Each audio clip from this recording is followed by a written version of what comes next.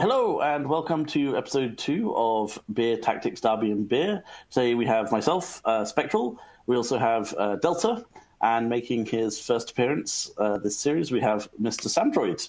Welcome, guys. Hello. How are you doing? Hi. Good. You're good? Okay.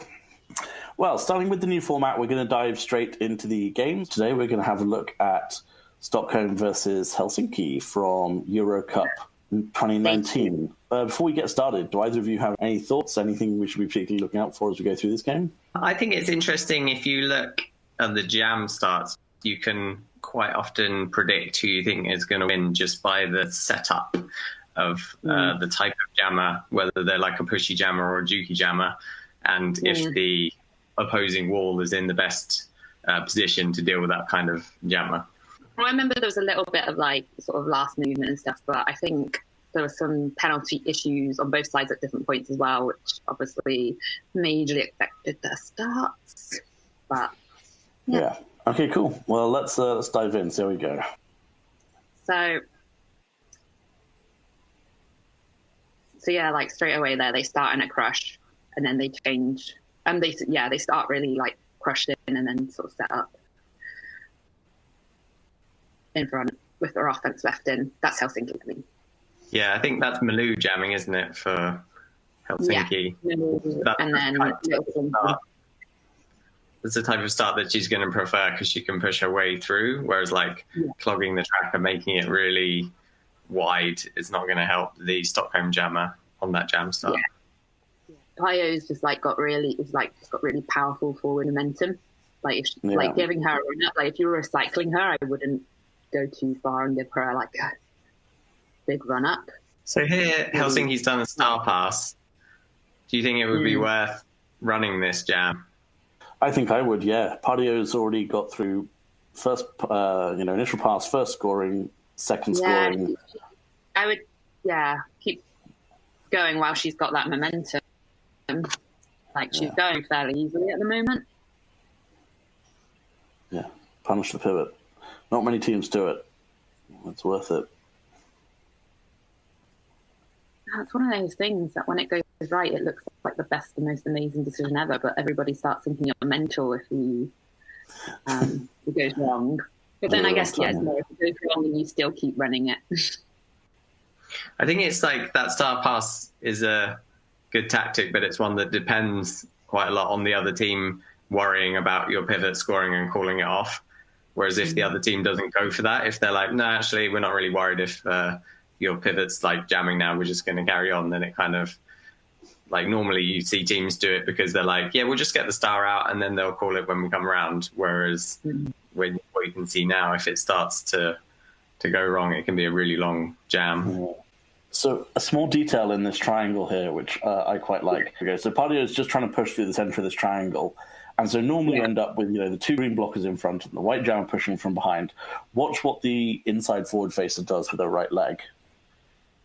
She deliberately drops it back and drops it behind so that they can put their legs in between Pardio's legs.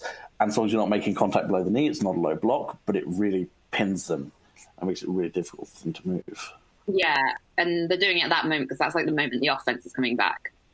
Yeah, exactly. Sometimes you'll see things like a double hem or something when it's... but yeah, that kind of impeding their ability to laterally move. It sucks. This is really, characteristic of what starts have become now, where if you watch like both teams fight really aggressively to get the best possible position, they go forward, they go back, they work really, really hard. It's really interesting. So there's actually quite a lot of movement round, forward, and then at the very last second, white drop really hard into green jammer. It's just nice.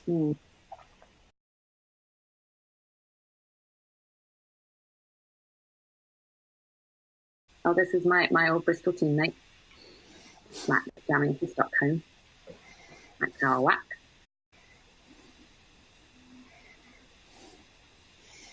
Sent.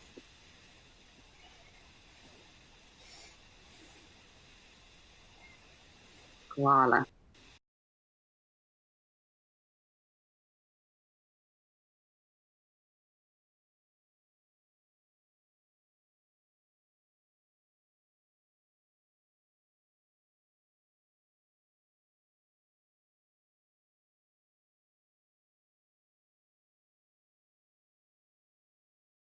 So that was another. They just called when the other jammer got out, didn't they? But I think it was a star pass. Was it Star Pass? Yeah. So Yeah. I think I would have done that. It's really powerful. Yeah, there you go. So so Stockholm get the star pass off, and then Green call it just as the pivot's coming in. Yeah, why not try it? I mean, at least for one pass, you know.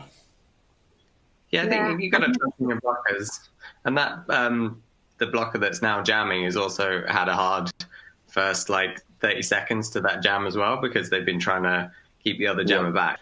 And often jammers won't pass until most offense opportunities have been exhausted. So you've probably got a knackered pivot going up against a wall with relatively little offense a lot of the time. You get one easy pass if they do the star pass itself well. And then after that, everyone should be punishing for them. Yeah. Because what you're thinking once you take the star is please just let them call this off. It's not, I hope this goes for 2 minutes.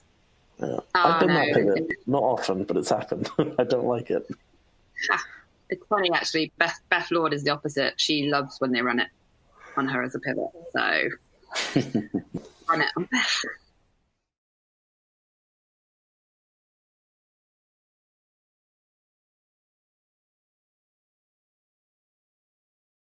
That's the perfect start that you want for your jammer there from Helsinki. The offense pushed the ball right to the front and then dropped back, and the jammer only had that little extra bit of to do at the front. Really nice.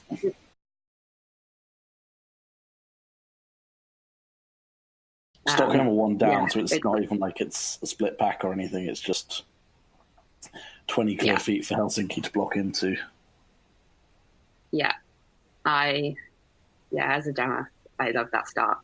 So I think, with that the other jammer is going to push you really hard.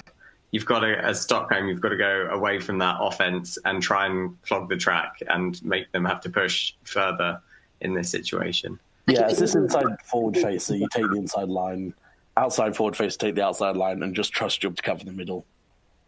The moment you stay together and let yourselves be pushed forward, this is what happens, right? Yeah. So power jam in favour of Green, white sitting in the box. They managed to wrap the 4 green around the white triangle, peel off the inside line, give Green jam just one to work against. No. And it works. So I think an undervalued part in this is what Green 7-7 and the skater she's linked to are doing, because those two are basically capping the offense and preventing anybody from recycling forwards. And if those two do their job, it really should be Green jammer against one white blocker. At some point, a white blocker does get out, and that's basically why the initial pass takes 20 seconds instead of 5.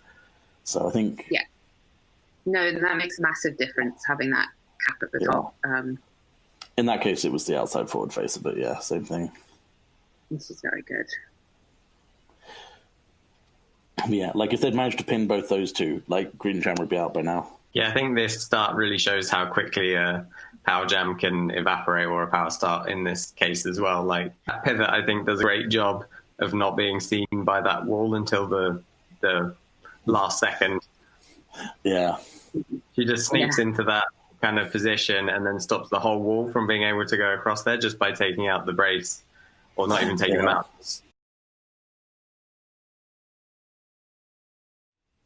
Do you have your beers? Yeah, I do. It's Fluttering Cloudy Cider with rhubarb from the Rosie's Pig Black Tire. I didn't know I liked rhubarb, but I do. What are you drinking, Sam? So this episode is an association with the Balvenie 17-year double wood. Mm-hmm. Which is very nice. I've gone pretty simple this week. I've gone for a little Corona. It's yummy. Wait, go back. That was my go back. That was fantastic. So good. Yeah. Whee! That's brilliant. So Helsinki jammer takes star off here. Okay. Yeah. As Stockholm, what do you do at this point? You cut somebody trying to keep the pivot away. I think this could also be a case for like trying to car crash the jammer off to make sure they can't complete the star pass, because that's the one they've got the most contact on at the moment. The one is like, as the triangle, what you do is you get into a triangle, but you really like hyperextend the braces, like, as you know, to make a triangle as long as you possibly can to try and keep the jammer further away from the pivot. So let's see what they do.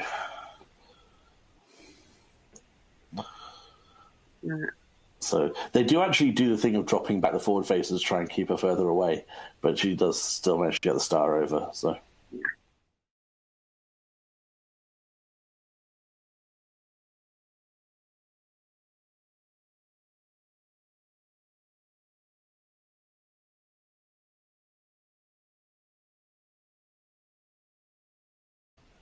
So that little section, I find it interesting that sending all their players in for offense was actually not that helpful for Slinky on the first go, but then just standing and allowing her to take on the wall on that second effort, it was actually more effective just to let her go herself. Yeah, that's true. So here they all four go in. They all come in, everyone's in the way. And then they decide, let's just hang out at the back, actually, and she can do it. This is interesting, this section of like how the advantage immediately switches. If you can knock the jammer out of the front, then become the back pack. Yeah. Now your pushy jammer is nearly out. And you've kind of, I think that's where when you're blocking the jammer, a lot of the time we're just working on contain. So once you get to that point where you're kind of moving in front of the other wall too far, that's when you have to go for it and try and take them off and recycle. There's something really interesting here that Helsinki does, which is basically, I mean, it's certainly very different to what SDRD would do.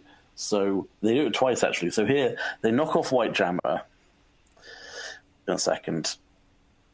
And then when they're recycling, what SDRD would do is put all our blockers behind white pack, maybe do a bit of opportunistic O on the way, but essentially we'd set up behind white. Helsinki here actually just basically set up just in front of the white wall and effectively form a clog, but also set up in a position where they could carry on doing offense for green jammer until the last second. It doesn't work so well because white offense comes in, but at least in principle, they could do it. And then you'll see again in a second, they knock off white jammer here again. And then when they... Oh, is it in a second? Yeah. Come on, do it again. Yeah, so they knock off white jammer again, and now when they run back, the one who had superior position runs her right back, but the other three, one's gone to the box, but the other two have actually gone in amongst the white wall to play some offense, and then rejoin for the triangle. It doesn't work superbly, but the idea at least is there.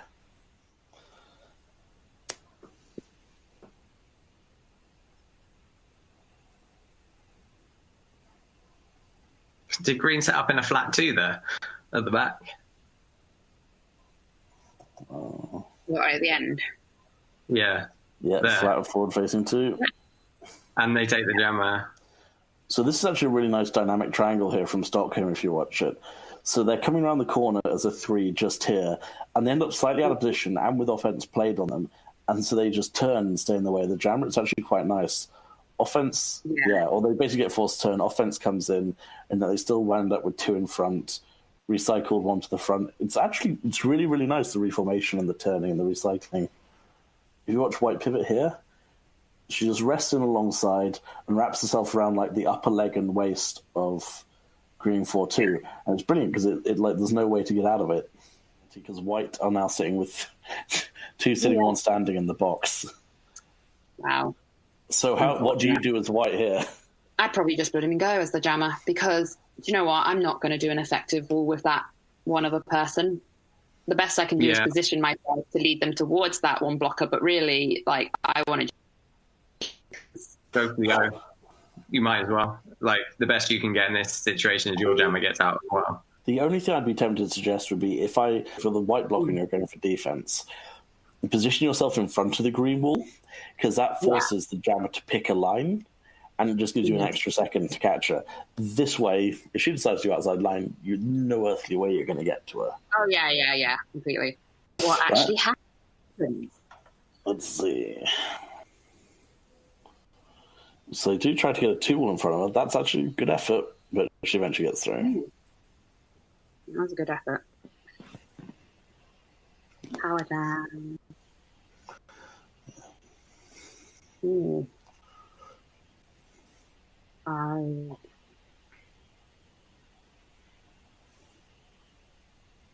Yeah, this is a thing that I would question, though. Why would you want to keep little Slinky to come out and do another jam against you?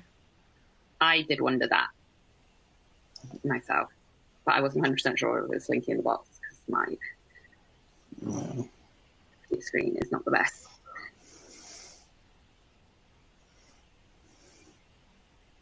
I think maybe this is the jam where she gets another penalty, and then they have to do a third jam in a row against her. Because, like, so far they're doing all right with this jam. It might have been also they called up because they wanted to get Malou.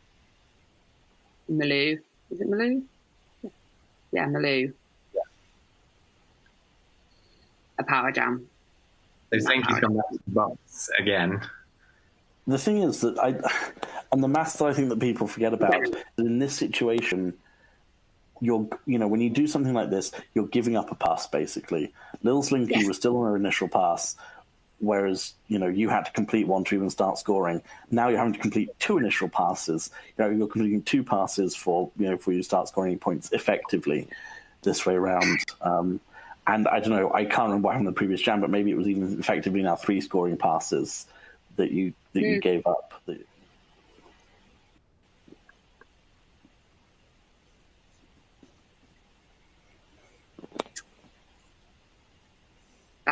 No. Switcheroo. Yeah, not what you want. Yeah. But you see, this is the kind of thing you can't afford to do. It's just because you're on a power jam, it doesn't mean that you're free to send blockers to the box. I know you want to get your jammer out, but yeah, I do like watching jammers block because they still move like jammers. We watch Party on the inside line here. Yeah.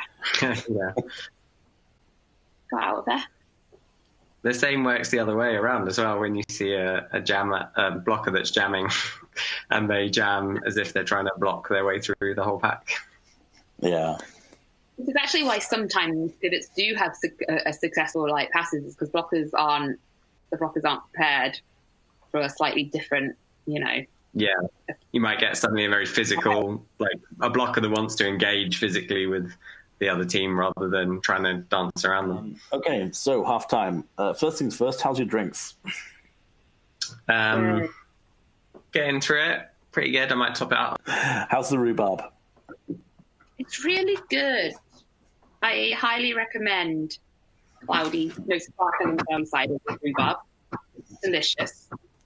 My Corona is delightful. So, okay, if you are Helsinki, if you are Stockholm, what do you do at this point? For both of them, it's just about trying to maximize and not score and call all the time. Like, try and pick I think they need to risk it a little bit and pick the situations where they've got an advantage, a blocker advantage, a power jam, a star pass, any of those things, and try and just get a few more points out of those. And then the same in reverse, where they've got a blocker down or a power jam against. Is that risk if they change anything massively at this point that it backfire? Yeah, I don't know that I'd recommend any sort of radical changes. My only thing would be, I think there are incremental gains to be made for both teams on the jump starts. I think, both of them could stand to push just slightly harder, be a little bit more aggressive, or try and make the most of whatever position you end up finding yourself in on those jam starts.